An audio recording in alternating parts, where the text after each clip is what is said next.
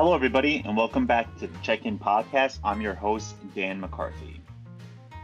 So, believe it or not, we're on the last legs of August right now. I'm recording this on a day that feels like fall here in New York, and summer is still very much here, but it does feel like we're about to be in autumn, probably more quickly than any of us expected.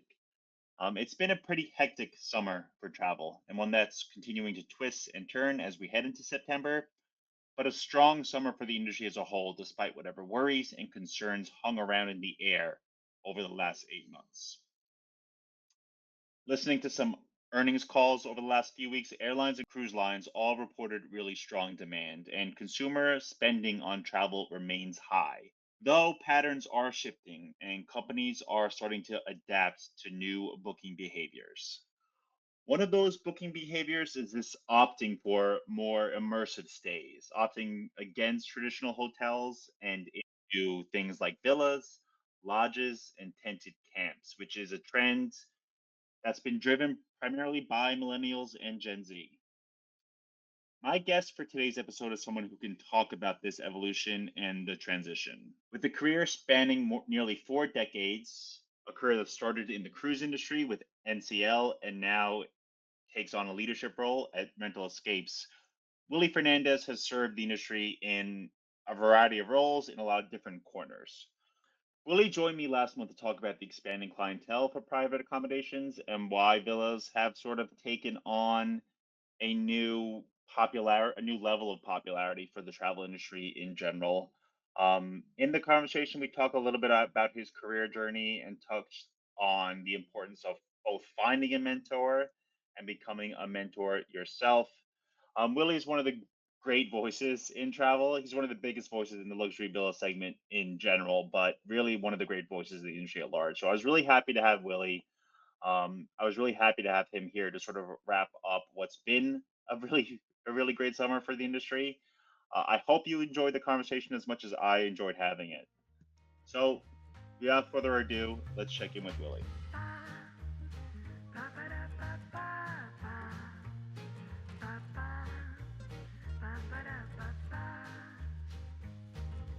How's everything going? Everything is going good. Very busy, traveling a lot. Are you're based in Orlando, right? I am based in Orlando, so I'm here this week and next week, and then I'm out west, then I'm back in Orlando, then back out for travel week, and then headed to the Caribbean. Because you guys are getting some pretty severe weather this week, is that right?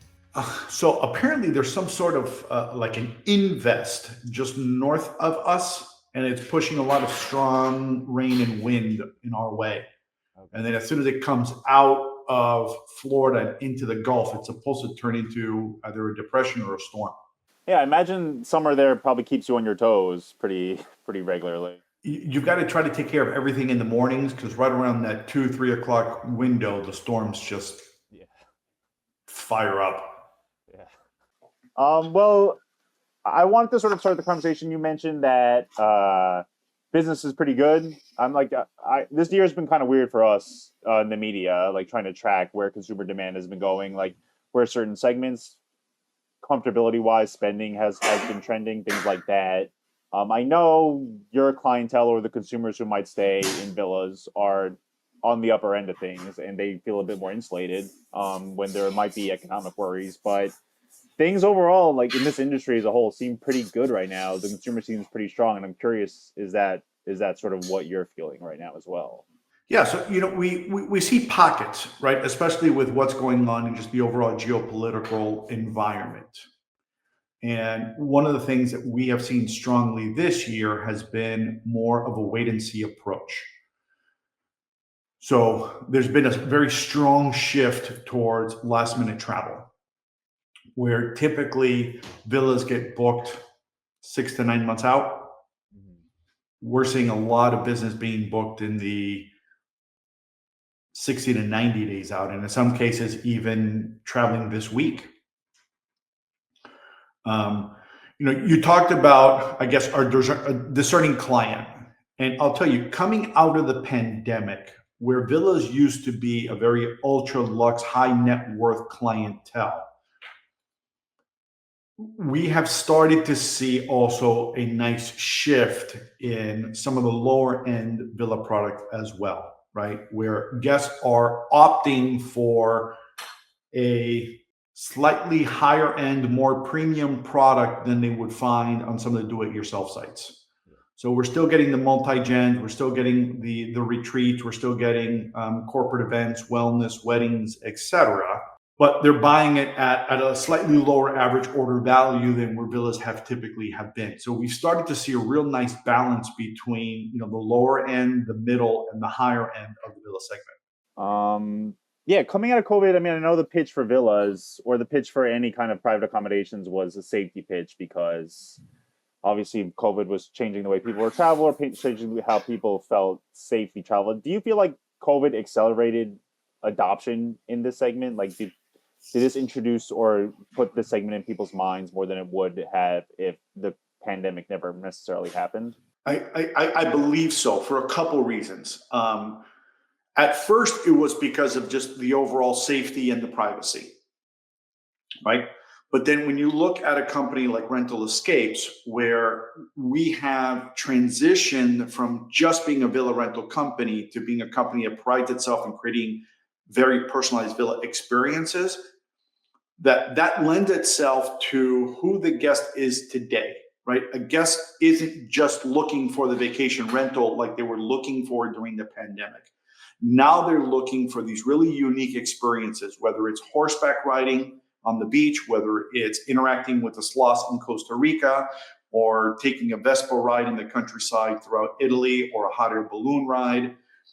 That's what they're looking for. And that's where we as a company really pride ourselves in, because through our award-winning guest experience team, they create the moments, and they create the moments that those friends and families and loved ones and employees who are on a corporate retreat cherish for a lifetime. And that's really what's transitioned. I often say that what used to be a client's bucket list item pre-pandemic now became a to-do list item. Yeah. And they're not waiting. Like, they want to do this now, and they want to do this on a very large scale. And I even see it in myself in the way that I travel, right? Trips that I was putting off to take my two younger children on, I'm no longer putting them off, right? So I took them to Alaska. I took them whale watching. I'm taking them to the Caribbean. I take them on, various adventures that I'm like, you know what? I'll do it when they're a little bit older. No, let's do it now. Yeah. Yeah, I'm hearing that from a lot of people. Like, that's an interesting way to categorize it as moments. People are looking for moments now, and vacation seems to be the vehicle to deliver those moments. I think is a good way to look at it, particularly for travel advisors who are sort of tasked with creating, I guess, those moments or creating opportunities for those moments. I think that's interesting. But those moments are easier to be created and cherished when you're all under the same roof, right? It's not the same sending 10, 12, 14, 20 folks to a hotel or to a resort where they could be in different buildings on different floors. Here you're all sitting at the same dinner table enjoying dinner, or you're sitting in the living room or in the home theater, or, you woke up in the morning, you all had breakfast, and you all got on the same boat and you spent a day out on the water. Like, you really have a sense of togetherness, and that's where those moments matter most. Is that I know I've spoken to you about this a few times, but is that the pitch for the main component of the pitch for luxury villas when you're trying to convert either travel advisors who are trying to sell this segment or consumers who are traveling in this style? Like, is that now the main pitch? I don't know that it's a pitch. I believe more that it's the truth, right? Like, I look at the way that I travel, and the way that I used to travel. Whether I was on cruises or hotels or resorts, we were always on different schedules. Now, when we're at the villa, we're all pretty much waking up at the exact same time, doing things together, whether we're having meals together, we're going into town together, we're having some sort of an activity at the villa, but we're all doing it together, right? And above all, I'm not having to share those moments with 1,000 other people at a resort. It's just us. So you mentioned a couple earlier in the conversation. You mentioned this movement towards this segment, and I don't know if you were alluding to this or maybe I read it wrong, but You mentioned like other companies or other vehicles to sort of dive into private accommodations, and in my mind, that like comes down to the advent of like Airbnb and Verbo seem to be like the biggest poster boys in this kind of segment, like the private accommodation segment. Airbnb seems to have made a big difference with consumers, and I'm curious, is that something from where you're sitting you feel like? Do you feel like these vacation rentals or home rental platforms have made a significant difference in the way consumers are looking at private accommodations? I believe that they provide a very good vehicle for a certain segment of the population, right? One of those companies had an aha moment, I believe, after watching what those of us in the luxury space, like Rental Escapes, do when it comes to creating experiences. That they themselves now added an experiences component. Because before, all you could do was just rent the villa, right? Or rent the vacation rental or the private home. Now they've added the experiences component. Why? Because that's what the guest wants, right? Before it was, I want to go to Jamaica. I need a house. Great. I have the house. What is there for me to do? Now what we see is, hey, I want to go play golf in Jamaica. I want to go down to Martha Brae. I want to go to Scotchy's for jerk chicken. I want to go on a catamaran tour. I want to go to Dunn's River Falls. Can you take care of all that? Yes. Oh, by the way, I need a villa, right? Like it's completely flip flopped, right? And that's where we as a company really come in and really pride ourselves because we create those very unique experiences for clients. What I say is on our guest experience team, if the clients can dream of it, we create it. For us, no is not an option. Like we will figure it out. But at the end of the day, we're going to make that client's dreams come true. And I believe you're going to start to see a shift on a lot of these do-it-yourself sites to offer these experiences. Now, the difference with us is that we don't have online booking. So you're not going to book these experiences online. You're going to have a conversation with us. We are going to custom tailor these experiences to you. Now, where the do-it-yourself sites do it is you're basically just checking radio buttons or boxes and you're picking the services that you want and you're off and running. You're not having a conversation with someone to really understand the service and what's included in the service and how is that service tailored to me. We are the complete opposite. We are completely customized to you. So if you ask for a chef, we have menus. We will take into consideration dietary restrictions and allergies. All that is part of a very personalized conversation that my team has with you. I'm curious. I know like there's always a conversation about potential when it comes to a segment like villas, and is the mission like your team sort of driving themselves on? Is it still like increasing penetration into consumers or the trade? Like, what do you think the potential for this segment really is like going forward? Like, are you trying to increase your market, or is it a conversation of sort of increasing the places you already are at right now? It's twofold. One is definitely increasing the destinations we are in, and we are always adding new destinations. Within the next couple of days, we will be releasing a handful of new destinations that we've gone into, and with us, unlike with the do-it-yourself sites where anybody can list their property, with us, our properties have to be fully vetted and inspected. So we make it a point to ensure that we stand behind the quality of the product. So we're not going to be in every destination, right? I talk to thousands of travel advisors throughout the year. I'm getting their feedback as to what destinations their clients want to go to. If we don't have that particular destination, and I'm getting enough demand from travel advisors in that destination, then I will make it a point, or a member of my product team will make it a point to go into the destination and research the destination. One of those destinations that we were hearing loud and clear about was Turkey. Oh, cool. So that is one of the newest destinations that we are in the process of adding right now. And Why do you think Turkey? Why do you think advisors have asked about Turkey? I'll be honest with you, I'm not 100% sure on Turkey, but we had members of our product team go out there. They came back. They told us it's absolutely beautiful. We've got some beautiful beachfront properties out there.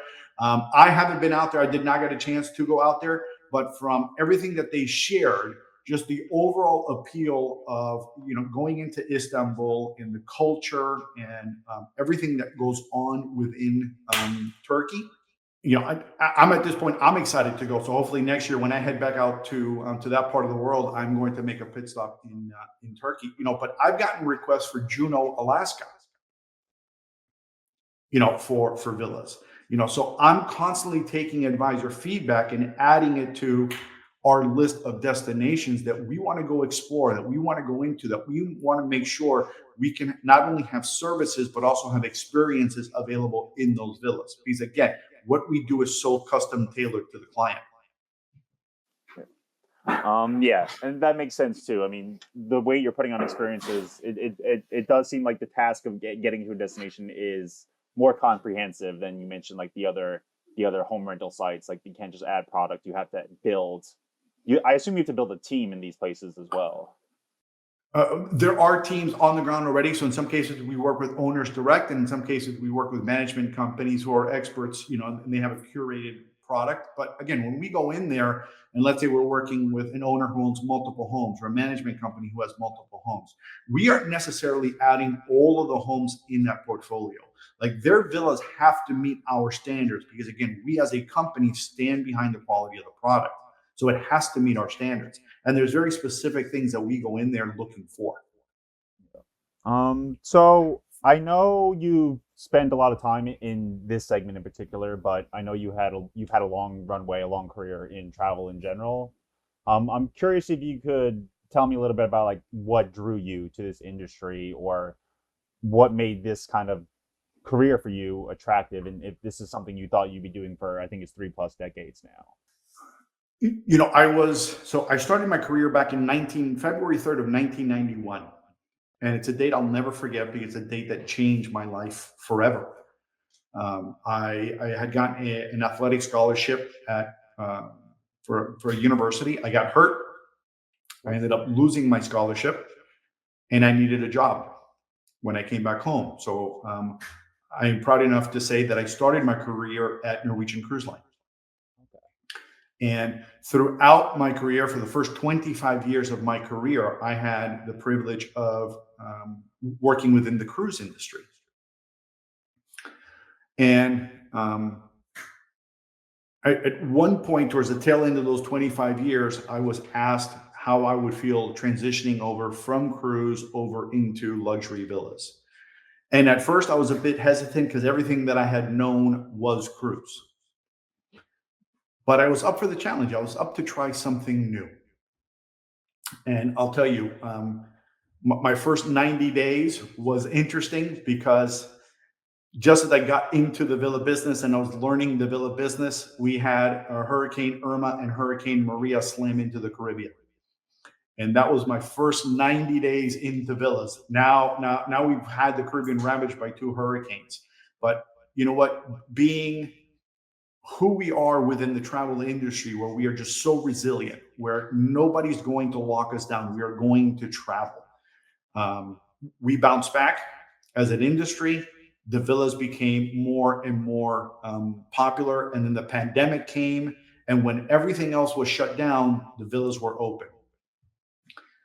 And though we all experienced a really tough time in our lives during that pandemic, what we saw was tremendous support from the travel advisor community and the clients going to the villas. And 9 years later, I'm still doing villas. I'm proudly doing villas.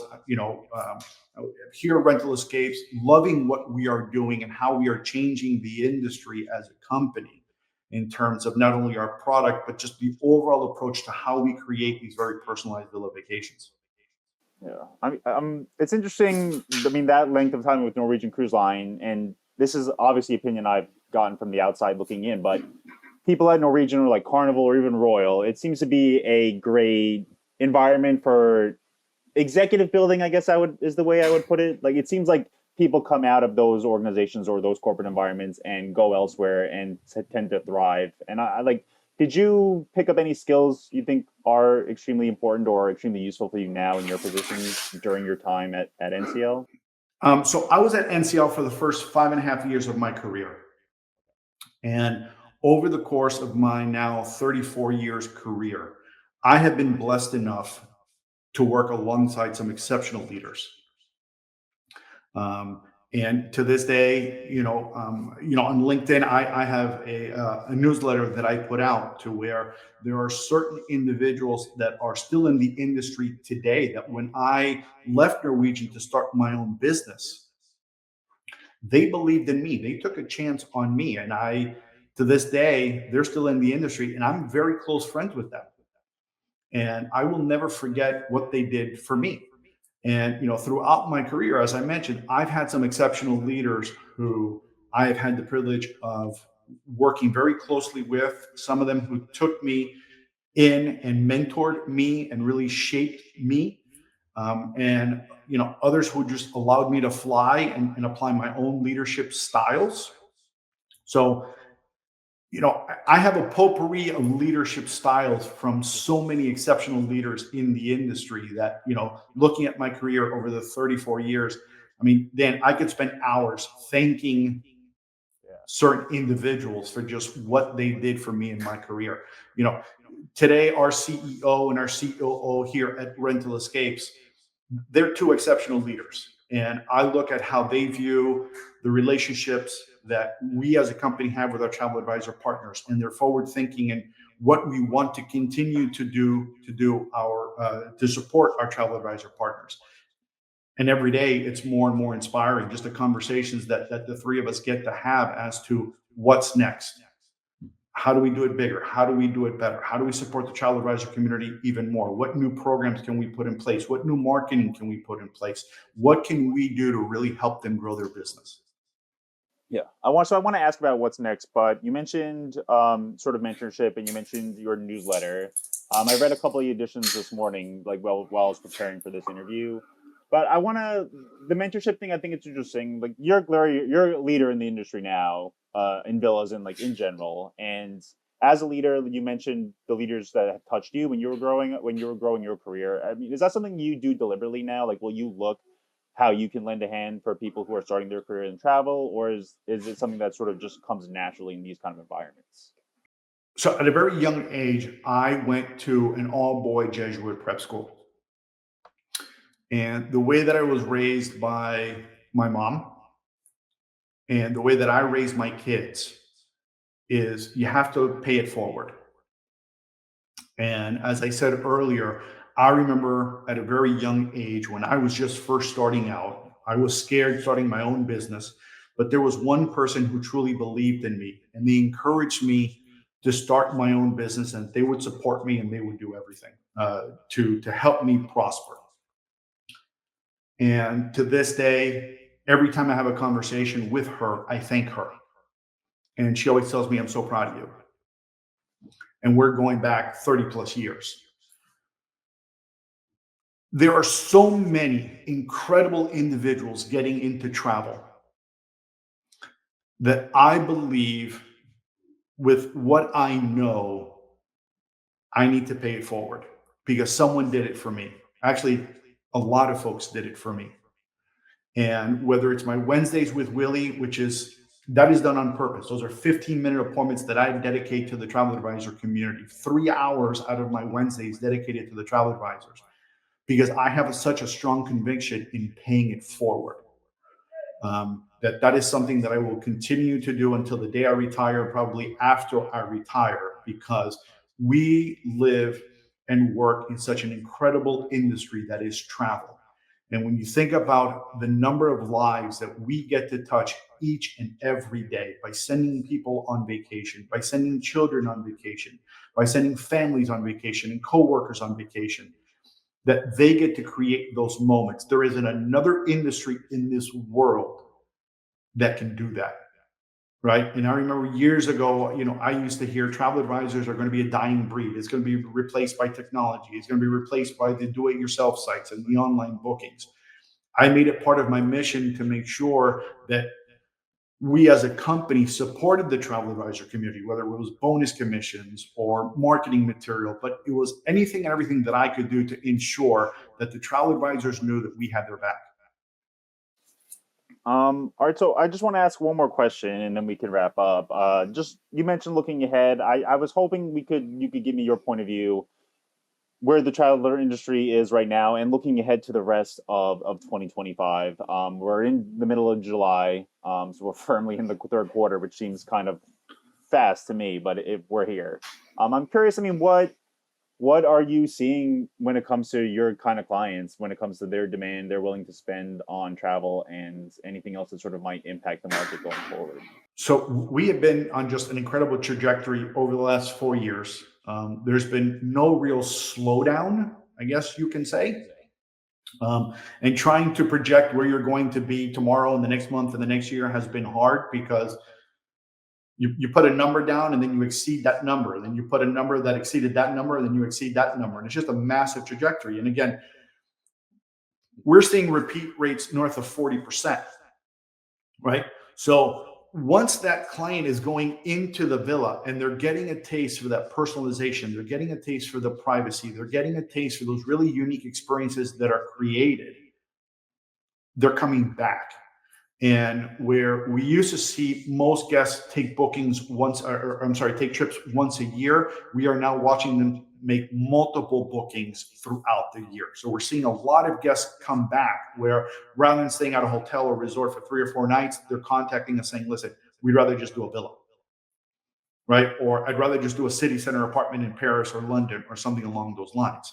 I don't believe, and I don't see it slowing down. What I would like to see, and I don't know when that is going to happen, is that booking window expand a bit more. So we can get a lot more guests booking further out. And the reason we want them booking further out is that it affords us an opportunity to spend more time with them planning on those experiences, right? It's really hard, not that we don't do it, but it's really hard for us when we get a booking where the guest wants to travel a week from now, for us to put everything together that they want to be able to do in a week. And in some instances, especially on some of the smaller Caribbean islands, things are sold out, right? And that's where we get disappointed because we weren't able to deliver on 100% of what we wanted to do. Whereas if the guest is booking 6, 9 months, a year out, that really gives us plenty of time to get really creative and craft some incredible experiences for clients. I mean, does that just boil down to education from you to the advisor to the client? Like you'll have a better experience if you book farther out, or is it just simply a matter of consumer trends right now that the booking window has compressed this much? I believe it's more of the consumer trend. The travel advisor knows. Again, I talk to thousands of travel advisors throughout the year. Travel advisors know the further out I book my clients, the better. Right now we're still seeing bookings coming in yesterday for clients going to Italy this coming weekend and next week. Like they are really waiting close in. Like they are waiting to see what is going to happen next in the political environment. How might it affect me financially? I believe we're all starting to become numb to certain situations and certain news. And I'm hoping that trend continues. Yeah, it seems like people are a little more comfortable now with a level of uncertainty that seems to be normal, I guess, now. So correct. This has now become our new norm. The price of eggs are the price of eggs. The price of gas is the price of gas. But at the end of the day, I'm going to travel and I'm going to grab my loved ones and we're going to go away. And we're going to go have an incredible time. Well, Willie, thank you so much for your time. It's always a pleasure to talk to you. It's always fun. Dan, always a pleasure. I appreciate the opportunity, and I look forward to seeing you sometime soon this year. All right, take care. Take care.